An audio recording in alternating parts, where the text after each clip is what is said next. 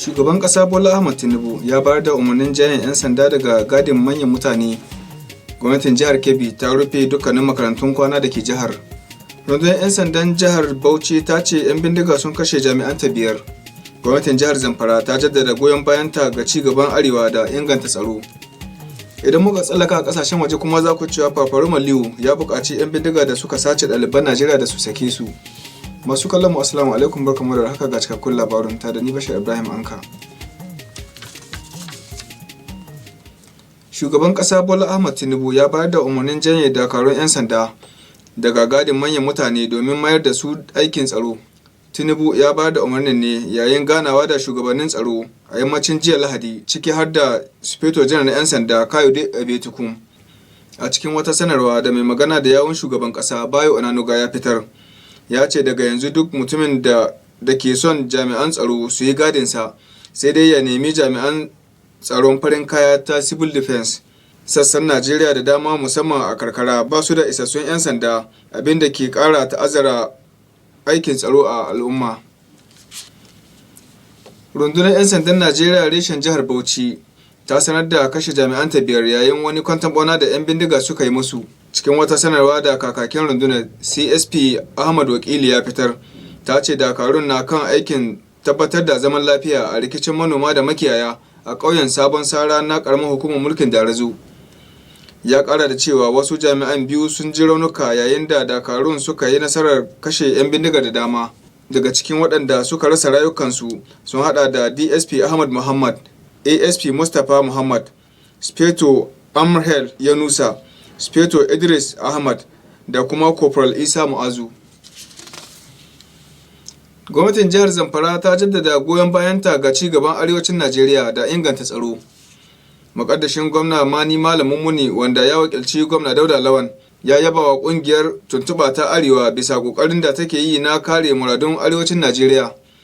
Malam Mani ya bayyana hakan ne a lokacin da yake gabatar da saƙon fatan alheri a taron shekara-shekara na ƙungiyar karo na 25 da kuma ƙaddamar da asusun tallafawa, wanda aka gudanar a ɗakin taro na Shehu Musa 'yar Aduwa da ke Kaduna. Wakilinmu Khadija Sani Ibrahim na da ƙarshen rahoton.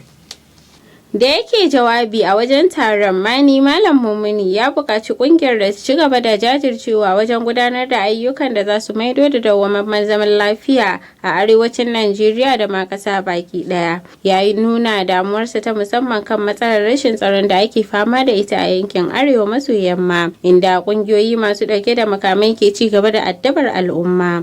Mataimakin gwamnan ya jaddada goyon bayan gwamnatin jihar Zamfara bisa dukkanin tsare-tsare da nufin ciyar da yankin arewa da al'ummar ta gaba, ya kuma yaba da rawar da kungiyar gwamnonin arewa ke takawa, inda ya jaddada cewa gudunmawar da Zamfara ke bayarwa wajen ci gaban yanki yana cikin kokarin da gwamnoni ke yi na haɗin gwiwa.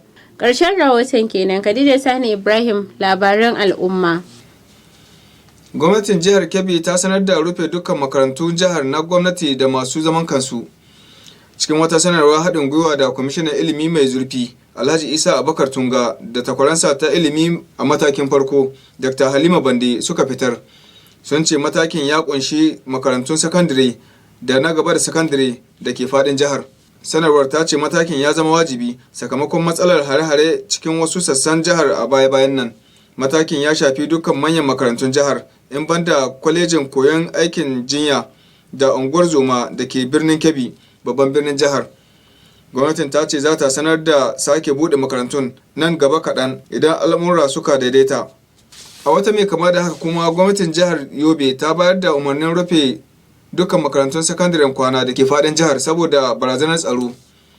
Cikin wata sanarwa da babban daraktan yaɗa labaran gwamna Mamman Muhammad ya fitar, ya ce gwamnatin ta ɗauki matakin ne domin kare ɗaliban da ke makarantun kwana.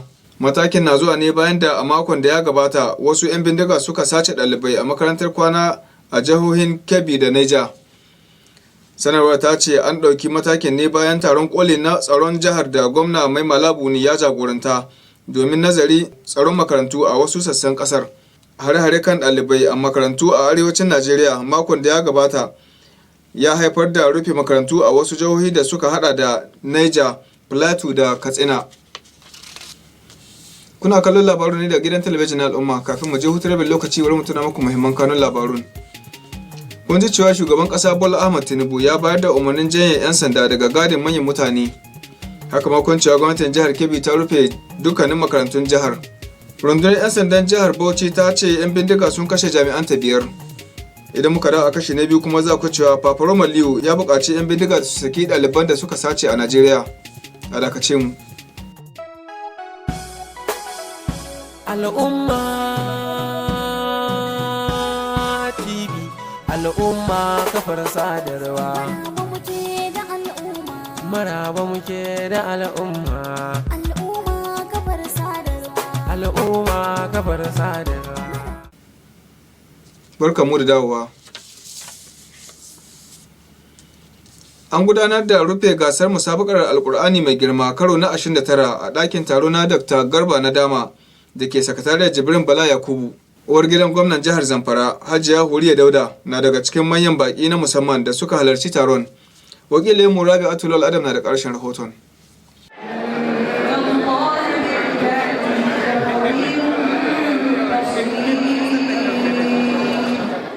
Hajiya Huriya ta yaba da ƙoƙarin gwamnatin jiha da kuma kwamitin shirya musabakar akan wannan gagarumar nasara. Uwar gidan gwamnan ta baiwa duka 'yan takarar kyautar kuɗi naira 100,000 tare da kyautar kujerun Makka ga gwarzo da kuma gwarzuwar shekara da suka hau mataki na 1. Ina kira da duk ma'aikata wannan gasa da su ci gaba da kokari, kada gasar ta tsaya a nan. Ku yi amfani da ilimin da baiwar da Allah ya ba ku da barewar da aka samu domin amfanar da sauran jama'a da jihar mu baki ɗaya.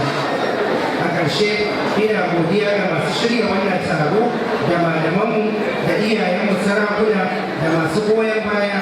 Allah ya saka muku da alheri. Allah ya mai da kowa gida lafiya. Allah ya kawo mana zaman lafiya a jihar Zamfara da Najeriya da baki ɗaya. Allah ya albarkaci yaranmu duka waɗanda su ma ba su iya karatun Qur'ani ba. Allah ya sa wannan ya zama mabuɗi a gare su su koyi da waɗannan jami'an kuma Allah ya ba su nasara. Wakilin mai daraja gwamna Dr. Dauda Lawal kuma mai baiwa gwamna shawara akan harkokin addinin Musulunci Honorable Bello Isa Al-Mufti da kuma shugaban shirin musabaka na jiha kuma kwamishinan ƙananan hukumomi da lamuran sarautu. Injiniya Ahmad Garban Yandi na ɗaya daga cikin makarraban gwamnatin jiha da suka halarci taron, inda suka gabatar jawabansu da jinjina ga gwamnatin jiha ƙarƙashin jagorancin gwamna Dauda Lawal da kuma yabawa ga ɗaliban da suka yi nasara a gasar.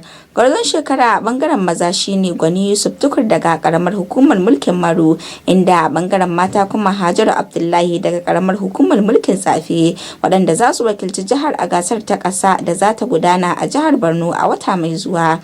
Taron ya samu halartar sarakunan jihar Zamfara ƙarƙashin jagorancin mai martaba sarkin Zamfara Anka Alhaji Attahiru Muhammad Ahmad CON kuma shugaban majalisar sarakuna ta jihar Zamfara. Mai martabar ya yaba wa kokarin gwamnatin jiha duba da irin yadda take faɗi tashi ganin ta tallafa da inganta harkokin addini da kuma kira ga ɗaliban da su dage domin cin moriyar abin da suka koya a nan duniya da kiyama, inda daga bisani ya bada umarnin gabatar da naɗin gwarzon shekara kamar yadda aka saba a duk shekara.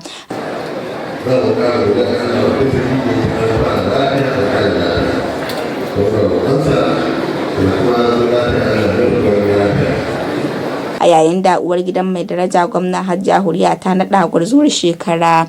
Rabi'atu Lawal Adam, Labaran Al'umma TV.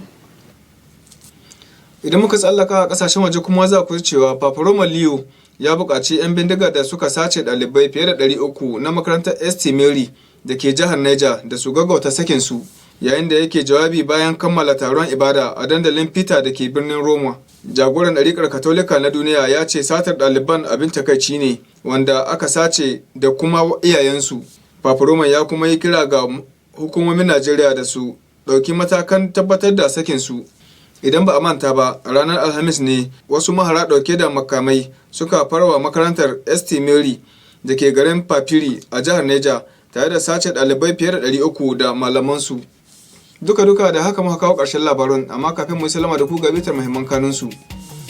Kun ji cewa shugaban ƙasa Bola Ahmed Tinubu ya bayar da umarnin janye 'yan sanda daga gadin manyan mutane. Haka ma kun cewa rundunar 'yan sandan jihar Bauchi ta sanar da mutuwar dakarunta 5. Gwamnatin jihar Zamfara ta jaddada goyon bayanta ga ci gaban arewacin Najeriya da inganta tsaro. Daga ƙarshe kuma kun ji cewa Fafare Maliyu ya buƙaci 'yan bindiga da suka sace ɗaliban Najeriya da su sake su. Amma da waɗanda suka hidimar labarun sai ni da fassara kanto Bashir Ibrahim an ka nake cewa mu kasance lafiya.